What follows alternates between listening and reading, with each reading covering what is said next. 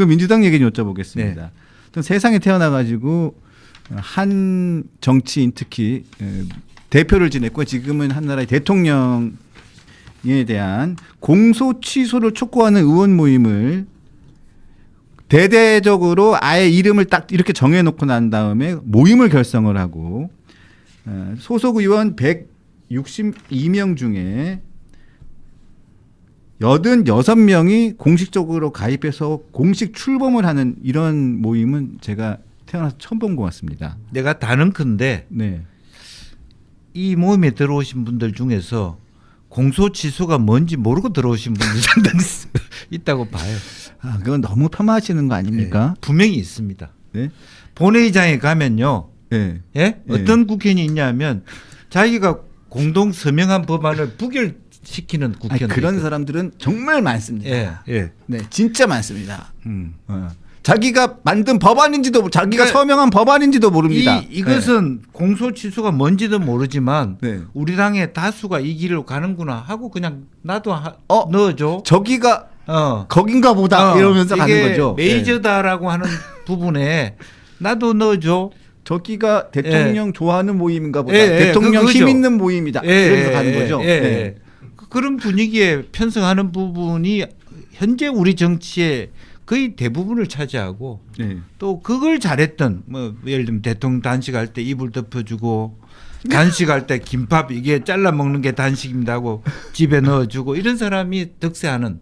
아, 단식할 때 김밥을 어떻게 먹습니까? 예. 아니 유언비어 퍼뜨리시면 안 됩니다. 단식이라고 하는 거는 밥을 아니, 잘라 먹는 게 단식이잖아요. 김어준 씨 말씀이십니다. 그거는. 네. 그거는 취소해 주십시오. 저는 예. 개인적인 상상력이었습니다. 아, 네네. 예. 자, 다시 돌아오십시오. 네. 이제 2부 자리까지는 그건 사실 팩트니까 네, 네, 말씀하십시오. 네. 그래서 이부자리가 더 심한 거죠. 네. 하여튼 그런 부분이고 저는 정확하게 얘기하기는 사실은 공소가 유지되되 집행하지 않는 게 현행 법이잖아요. 네. 그럼 그 수준만 지키면 돼요. 네. 그걸 공소를 취소시킨다는 게 그거는 위법적인 모임이죠. 이렇게 말씀하셔도 되겠습니까? 위헌적인 모임이에요. 민주당에서 전화 안 받겠습니까? 저한테 전화할 사람 없어요. 예전에 이재명 대통령이 후보실에 전화했었잖아요. 아 그거는 도와달라고 얘기한 거죠. 이제 대통령 됐으니까 필요 없다 이거죠. 이거는 당 문제지. 아, 예, 예. 당이 어찌하는가 하고는 대통령. 나는 네. 대통령한테만 잘 보이면 되니까. 아니 뭐 공소 취소 모임이 잘못했다 이런 얘기 아니고 의원들이 잘못됐다는 거지. 그게 그거잖아요. 예. 잘 몰라요. 바빠서. 자, 지금 여기 대부분 의원들 중에 한 일부는 이 공소 취소가 뭔지도 모르고 들어왔을 수도 있다. 네. 예를 들면 막 지금도 나는 왜 그때 연락 안 해줬어. 그런 사람이 대부분 거예요. 그래요. 나중에 이렇게 당의 기여도 점수 평가할 때 공소시효 모임에 너는 왜 안 들어갔어? 설마요. 이렇게 얘기할 수 있는 거예요. 아니, 설마라는 게 어디 있어요? 냉정하게. 아니 박홍근, 박찬대 의원 이게 친명계 핵심 의원들이고 다선 의원들이고 조정식 의원 최다선 의원 중에 한 분이시고 대통령 정무특보를 맡고 계신 분이고 이건태 의원 이거 변호사 대장동 근데 변호사 이게 좀 출신이고. 이상해요. 네. 이게 전당대회 조직이 될 수도 있고 친명계 저는 조직이 그렇게 될 수도 보고 있고. 있는데. 예, 그러니까 이걸 애매하게 집어넣어 놓지만 이게 가금물이 될 수도 있는 거예요. 플랫폼이. 예.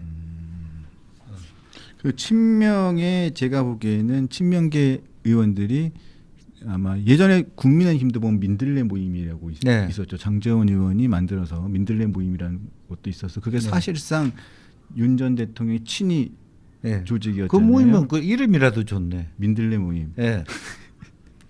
망했습니다. 그래서 네, 결국은 망했는데 일단 그런 느낌의 모임인 것 같아요. 그런데 그것은 친목 모임이고 공부 모임이라는 뭐 외견이라도 좀 가축이라도 했지요. 근데 이 모임은 이재명 대통령의 공소 취소를 위한 모임이다. 이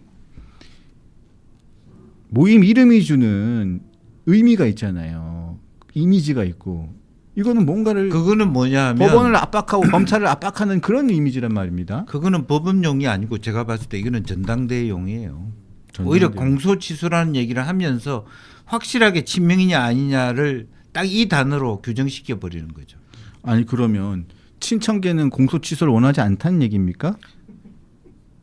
그게 아니고 그게 아니고 너무 친명이 대다수 들어오니까 네. 친청계들이 봤을 때 이 모임에 내가 들어가야 말아야 되냐 이건 제목하고 아무 상관이 없는 거예요. 아, 그거는 별 생각이 그런 정치적인 어떤 뉘앙스의 차이가 있을 수 있다는 거죠. 알겠습니다. 그러니까 일단은 이 모임 자체의 의미도 이 모임이 이름이 가지고 있는 네. 이 자체의 목적도 있지만 네. 더 내부적으로 실질적인 의미는 전당대회를 겨냥한 친명 조직. 그럴 수도 있고요. 음. 또 하나는 이제 국회의장 선거 조정식, 그다음에 서울시장 선거 박홍건 이렇게 돼 있잖아요. 네. 이것이 어떻게 작동하느냐에 따라 지방선거라든지 그다음에 뭐 김태년 의원이 그게 있는지 뭐 있겠죠. 뭐 메이저. 서울시장 선거에 네. 박홍근을 지원을 할까요?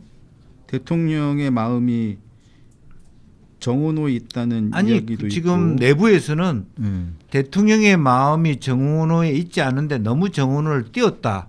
저도 그런 얘기를 들었습니다. 그런 얘기를 띄웠기 때문에 그거는 조정해 갈 수 있다. 물론 박홍근이 인지도가 많이 높지 않은 상태에서 그거는 이제 과제이긴 하지만 정원호가 무조건 계속 잘 나가지는 않을 것이다. 당내 논쟁에서는. 그렇기 때문에 그러면 이것이 이상하게 지난번에 그것이 대통령의 진심이 아니야.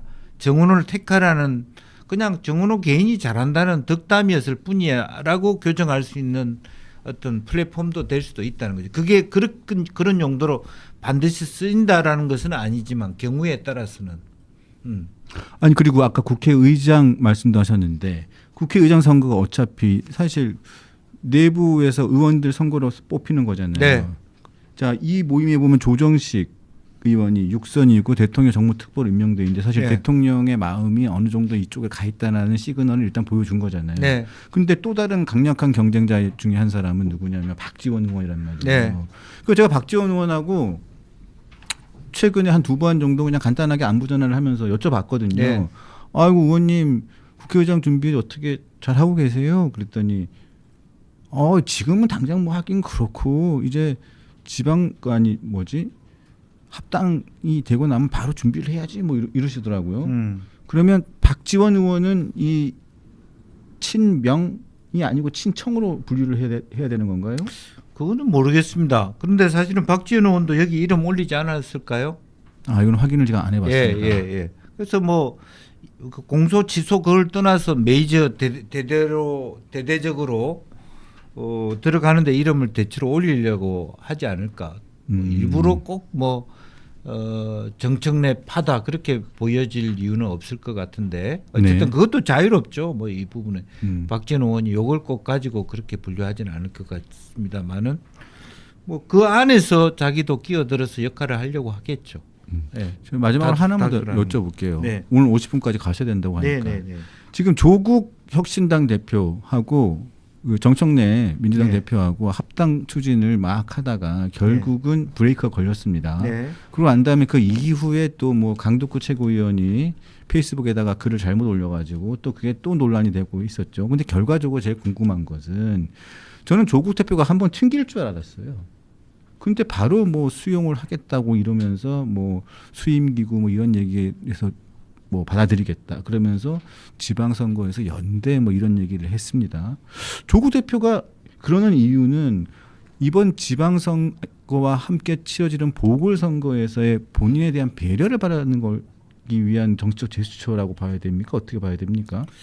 왜냐하면 조국 혁신당은 이번 합당 과정에서 완전히 체면을 구겨버렸거든요. 어떻게 보십니까?